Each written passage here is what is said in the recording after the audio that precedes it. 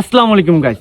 আজকে আমরা রাস্তার সাধারণ পাবলিকের কাছে জানতে চাবো তার ভবিষ্যতের লক্ষ্য কি এবং সে ভবিষ্যতে কি করতে চায় আর তার মনের ভাবনা চিন্তা কেমন আর সে মানুষ হিসেবে কেমন সেইটা সম্পর্কে আমরা জানবো।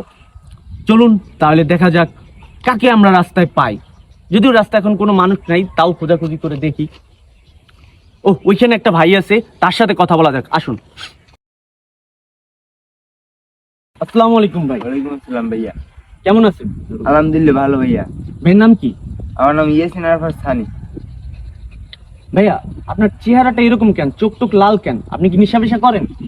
না ভাই, আমি এমনিতেই কালা এরকম। ভাই কিন্তু নেশা করে না, ভাই এমনিতেই কালা, এই জন্যই এরকম। ভাই এবার কেউ বুঝছেন না সে নেশা করে, ঠিক আছে? ভাই কিন্তু ভদ্রলোক। যাই হোক, ভাই ভবিষ্যতের লক্ষ্য কি? ভাই সামনে কি করতে চান? ভাই রাইতেলে জুয়ো খেলি আর দিনে মনে করেন উঠে আফসোস করি। লাস্ট পর্যন্ত আমরা জুয়াখোরের কাছে এসে পৌঁছালাম। যাই হোক, নেক্সট কোশ্চেন। তা ভাই, আপনি এই সকালবেলা এই খোলা মাঠে একা একা কেন বসে আছেন?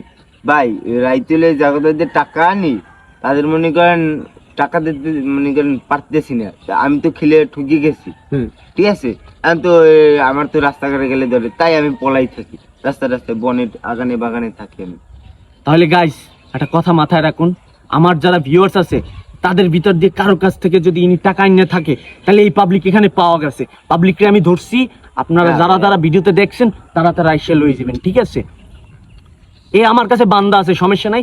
আপনারা আইসা যার যার টাকা বুঝে নিয়ে যাবেন। জুয়াখোর পাইয়ে গেছি, আন।